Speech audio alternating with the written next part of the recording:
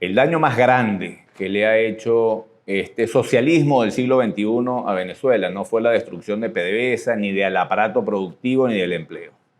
El daño más profundo es la destrucción del sistema educativo venezolano y la destrucción por todas las vías. Es decir, la destrucción de la infraestructura física, la destrucción del salario de los maestros, pero además una cosa que es fundamental, es que acabaron con la educación como instrumento de ascenso social, de progreso económico.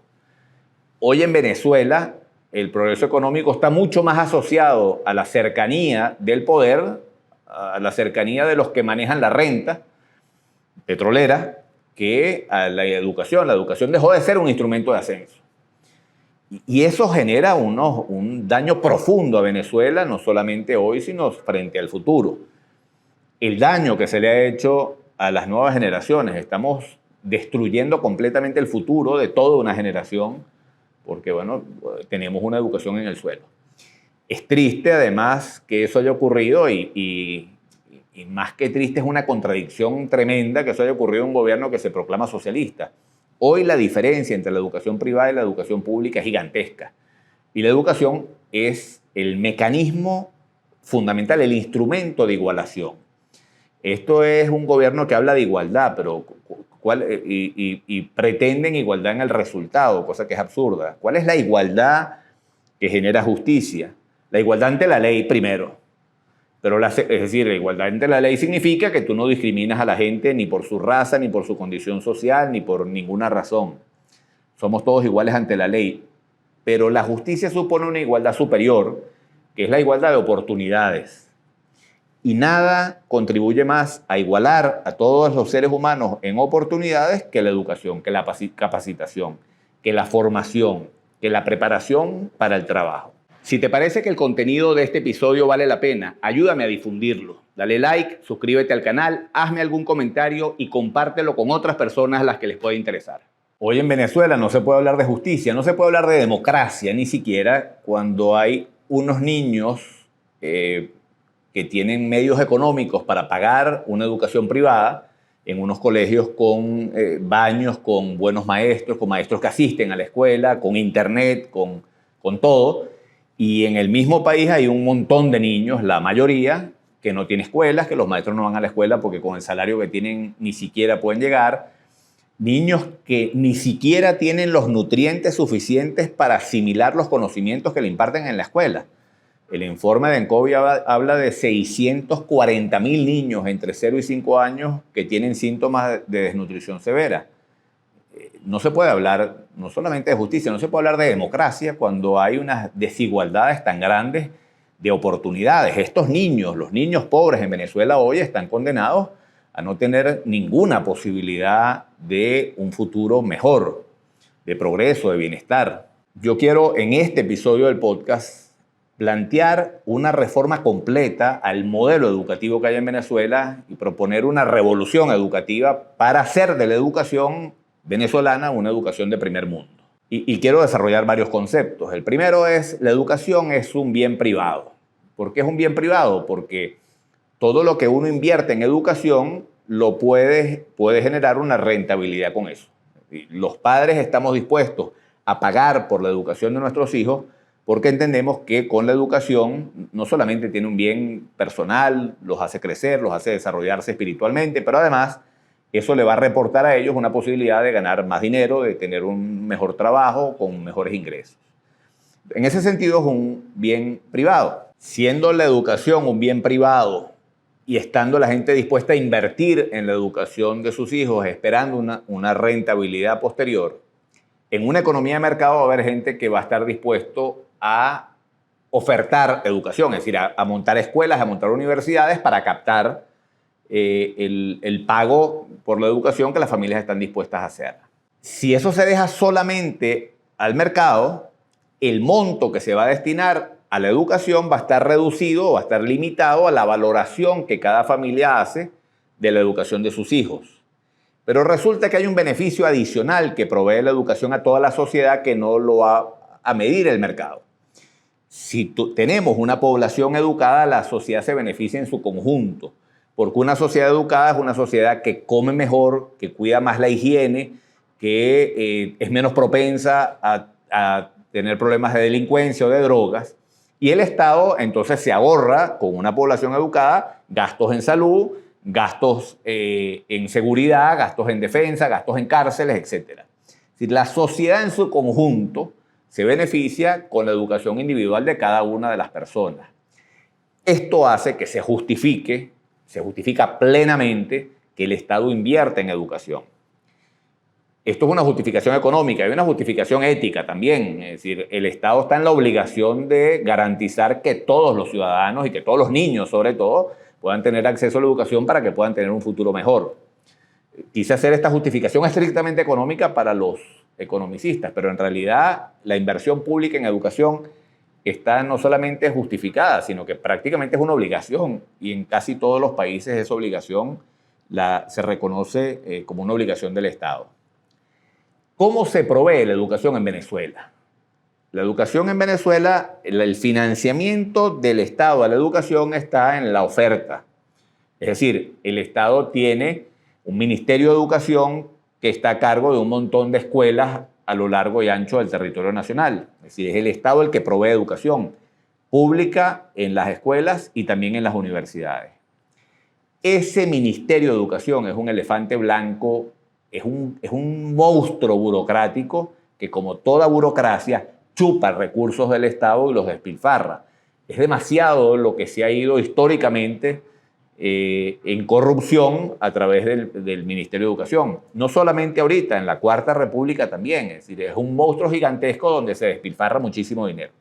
Cuando uno saca la cuenta de lo que le cuesta al Estado graduar a un muchacho del liceo y uno saca la cuenta del costo de un niño que se gradúa en una escuela privada, es más de 2 veces más costoso graduar a un joven en una escuela pública que en una escuela privada. Porque el sector privado es mucho más eficiente proveyendo educación. Los jóvenes, la educación privada gradúa jóvenes mejor preparados y los gradúa mucho más bajo costo. ¿En qué consiste la propuesta que nosotros hacemos? En un proceso para privatizar la educación, la oferta educativa, es decir, entregar las escuelas a manos privadas y que el Estado financie la demanda. El Estado garantice que nadie quede excluido del sistema educativo a través del financiamiento directo de la demanda por una vía muy simple que todos conocemos, que es como conocemos ese ticket, un ticket educativo. Ticket educativo que el gobierno reparte a cada familia por los hijos que tiene, para que esa familia con ese ticket educativo pueda acceder a cualquier institución educativa y garantizar la educación de sus hijos. Las escuelas de fe y alegría, un sistema hecho en Venezuela, que ahora se aplica en muchísimos países del mundo, es un modelo exitosísimo de calidad en la educación a muy bajo costo. Muchísimo más bajo costo que la educación que provee el Estado. La idea sería entregar la administración de las escuelas públicas a instituciones como Fe y Alegría, instituciones parecidas que sean capaces de mejorar cualitativamente la educación que se imparte al más bajo costo posible. El Estado entonces pasaría a través de tickets educativos a darle tickets a todas las familias con hijos para que puedan pagar la educación.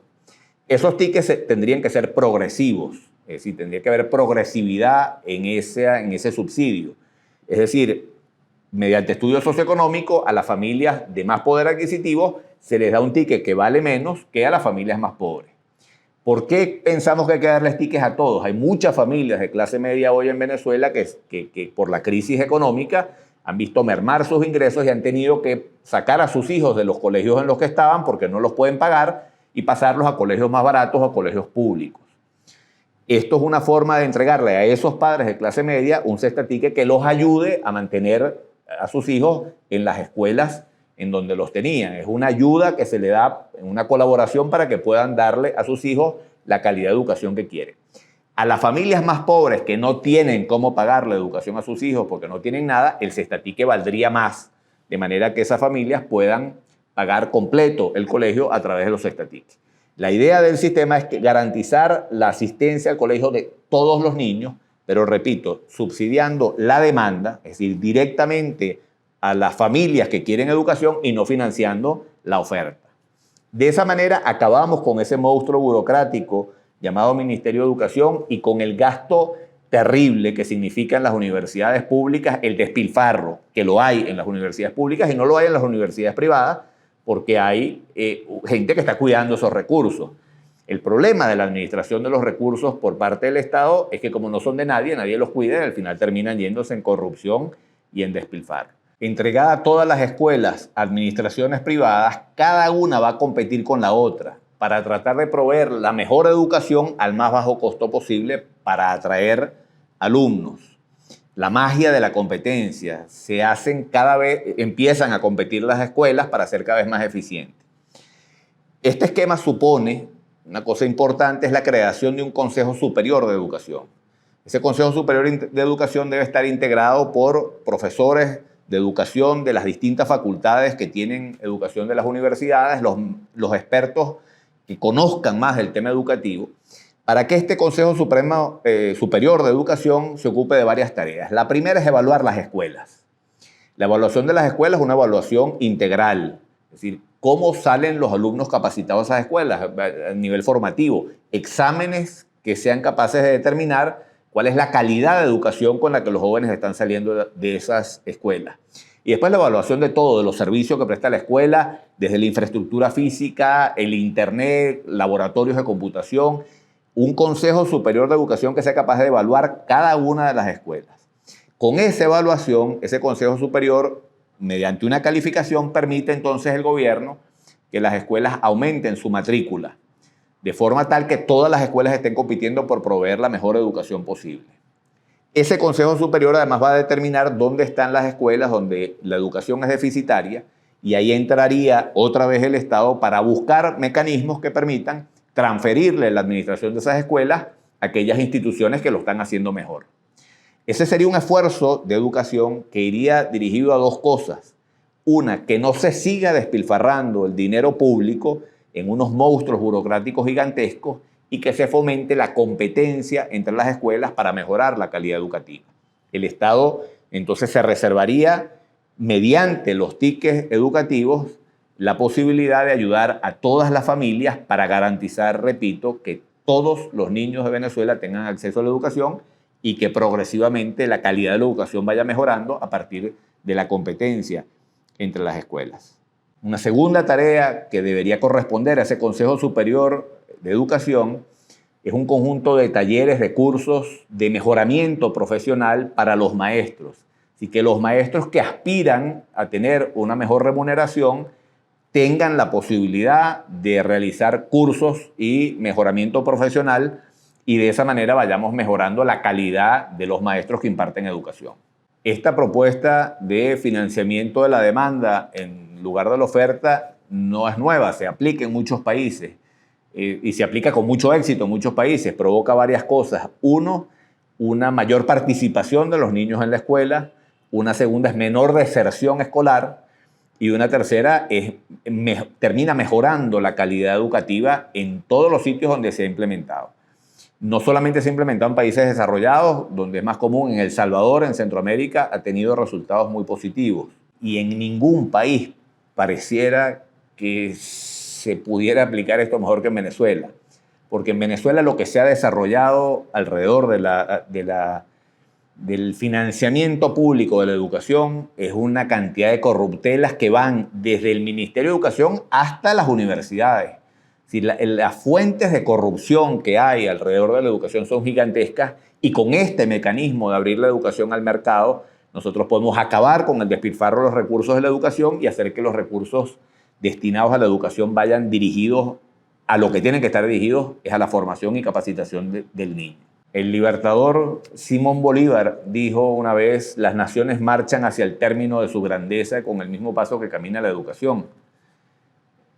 Este gobierno llamado revolucionario, al paso que camina la educación, no vamos a alcanzar la grandeza más nunca en Venezuela. Es necesario ir a un cambio profundo, a una reforma profunda del sistema educativo venezolano, y eso lo podemos hacer y lo podemos hacer con éxito los venezolanos.